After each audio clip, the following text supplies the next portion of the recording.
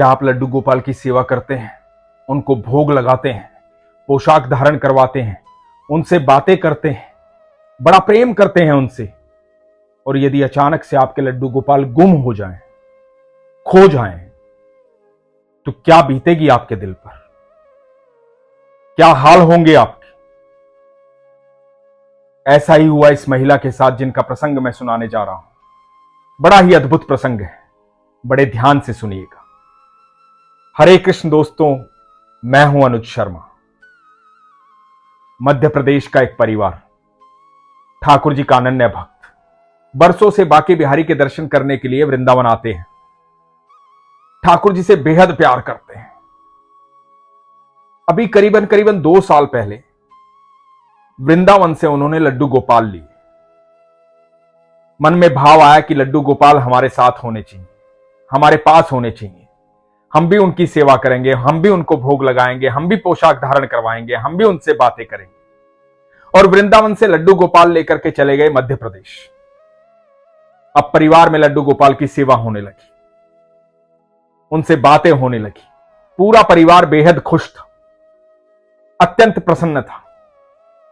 सब लड्डू गोपाल से बातें करते थे, बड़े चाव से भोग लगाते थे, पोशाक धारण करवाते थे, पूजा करते थे, आराधना करते थे। और जैसा कि हमेशा से वो वृंदावन आ रहे थे, इस बार फिर से वृंदावन आना हुआ, तो लड्डू गोपाल को अपने साथ ले आए।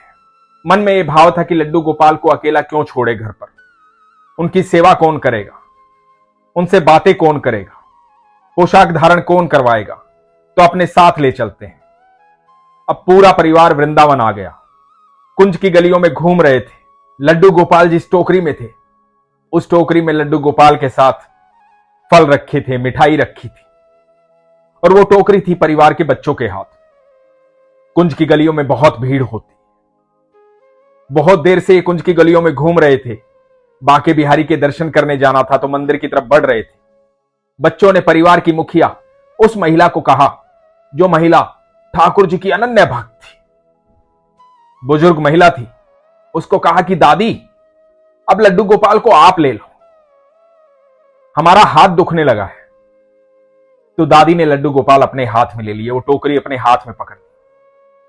पूरा परिवार बाजार देखते हुए खुश मन से, प्रसन्नचित्त होकर के बांके बिहारी के मंदिर की तरफ बढ़ रहा था।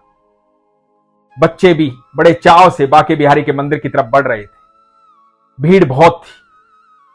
मंदिर आने को हुआ तो बच्चे अपने माता पिता के साथ मंदिर के अंदर घुस गए। और जो ये वृद्ध महिला थी, ये ठाकुर जी की टोकरी लिए हुए मंदिर के बाहर ही खड़ी थी, भीड़ में रुक गई थी। इतने में एक बंदर आया, और बंदर ने आकर के महिला के हाथ से टोकरी छीनी, जिसमें लड्डू गोपाल थे, कुछ फल थे।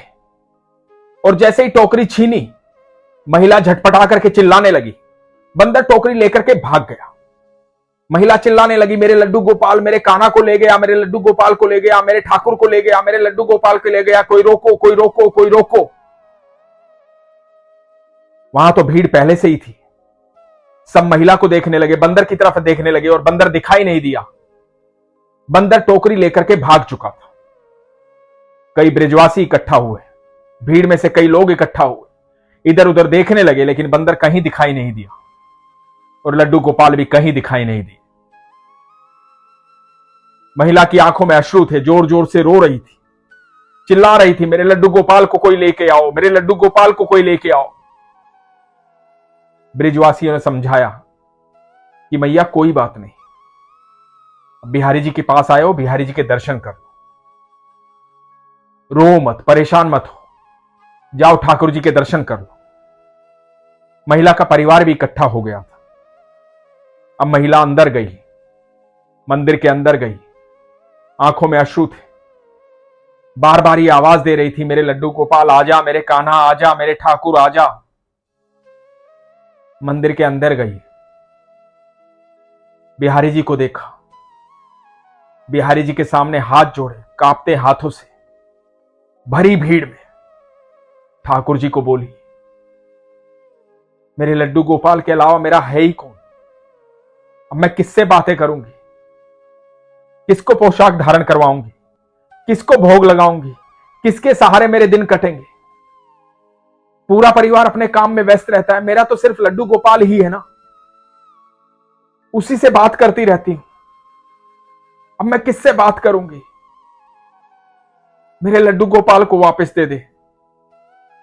मेरे लड्डू गोपाल को क्यों लेके गया वो बंदर, कहां लेके गया, पता नहीं कहां होगा, कैसा होगा, कहां गिरा दिया होगा, कहां बिठा दिया होगा। और लगातार रोती जा रही है, रोती जा रही है। इतने में एक 10-12 साल का लड़का आया, आके महिला के कंधे को थपथपाया और कहा कि मैया, ए मैया। और इस रोती हुई वृद्ध महिला ने पीछे मुड़कर देखा। बड़ा ही खूबसूरत, बड़ा ही सुंदर, बड़ा ही मनमोहक बालक महिला के लड्डू गोपाल को लिए हुए खड़ा था। और बालक ने महिला को कहा कि मैया ये लो अपने लड्डू गोपाल। बाहर जोर जोर से चिल्ला रही थी ना, कहां गए मेरे लड्डू गोपाल, परेशान हो रही थी। ये लो लड्डू गोपाल, आ गए तुम्हारे लड्डू गोपाल। और थोड़ा ध्यान से रखा करो, इनका ध्यान रखा करो, नटखट है, भाग जाते हैं इधर उधर। और लड्डू गोपाल को देखते ही महिला भाव विभोर हो गई, अपने लड्डू गोपाल को लेकर के चूमने लगी, आंखों में अश्रु थे, बार बार प्यार करने लगी। और प्यार करते करते भूल गई उस बालक को। और अचानक से जब ध्यान आया उस बालक का जो लड्डू गोपाल लेकर आया था, तो वो बालक कहीं दिखाई नहीं दिया। इधर उधर देखा, कहीं दिखाई नहीं दिया। बहुत भीड़ थी। महिला ने बड़ा ढूंढने की कोशिश की, बड़ा खोजने की कोशिश की, लेकिन वो बालक कहीं दिखाई नहीं दिया। फिर ठाकुर जी की तरफ देखा और ठाकुर जी को कहा, खुद ही देने आ गए मेरे लड्डू गोपाल को। नहीं हुआ ना मेरा रोना सहन, आ गए मेरे लड्डू को देने, मेरे कन्हैया को देने। ऐसे हैं ठाकुर जी। ठाकुर जी सबके भाव जानते हैं, सबकी प्रार्थनाएं सुनते हैं। जो कार्य हमारे लिए असंभव है, हमारे लिए बहुत बड़ी मुश्किल है, हमें लगता है कि बहुत बड़ी समस्या है,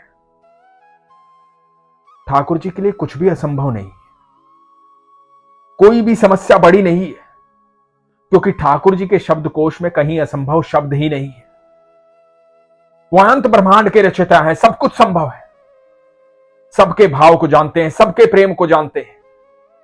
आपके मन में जो कुछ भी चल रहा होता है, उस सारे भाव को ठाकुर जी जानते हैं। आप सही सोच रहे होते हैं या गलत सोच रहे होते हैं, सब ठाकुर जी को पता होता है। इसलिए हमेशा ठाकुर जी के सामने जब भी जाए ना, निश्चिंत तो हो जाए। आपको समस्या वहां ले जाने की जरूरत नहीं है, क्योंकि समस्या तो आपकी खत्म हो गई जब आप ठाकुर जी के सामने गए। समस्या तो रही नहीं, समस्या जड़ से खत्म हो गई। आप यकीन मानना दोस्तों, जब आप ठाकुर जी के दर्शन करते हैं ना, तो सारे संकट दूर हो चुके होते हैं। जैसे ही उनके दर्शन होते हैं ना, सारे दुख दूर हो चुके होते हैं, सारी समस्याएं दूर हो चुकी होती हैं। बस आपका विश्वास होना चाहिए कि आज ठाकुर जी से मिल लिया हूं, सारी समस्याएं दूर हो गई। यदि आपका इतना विश्वास है ना कि आप जो बातें कर रहे हैं वो ठाकुर जी सुन रहे हैं, और जो इच्छा ठाकुर जी के सामने रख रहे हैं वो ठाकुर जी सुन रहे हैं, और आपका इतना विश्वास है ना कि ठाकुर जी के प्रांगण में आते ही, वृंदावन की धरती पर पैर रखते ही आपकी सारी समस्याएं दूर हो गई हैं, तो यकीन मानना आपकी सारी समस्याएं दूर हो गई हैं। पर आपका विश्वास सच्चा होना चाहिए, सरल होना चाहिए, सहज होना चाहिए। आप विश्वास रखिए, दुनिया में ऐसी कोई समस्या नहीं जिसका निदान ठाकुर जी के पास नहीं है, और ऐसी कोई इच्छा नहीं जो ठाकुर जी पूरा नहीं कर सकते। सिर्फ आपका विश्वास होना चाहिए, प्रगाढ़ विश्वास होना चाहिए, अत्यंत सच्चा और सरल प्रेम होना चाहिए। फिर देखिए आपके जीवन में पल प्रतिपल चमत्कार होंगे। इसीलिए हमेशा कहता हूं, अपने विश्वास को मजबूत रखिए, अपना ख्याल रखिए। हरे कृष्ण।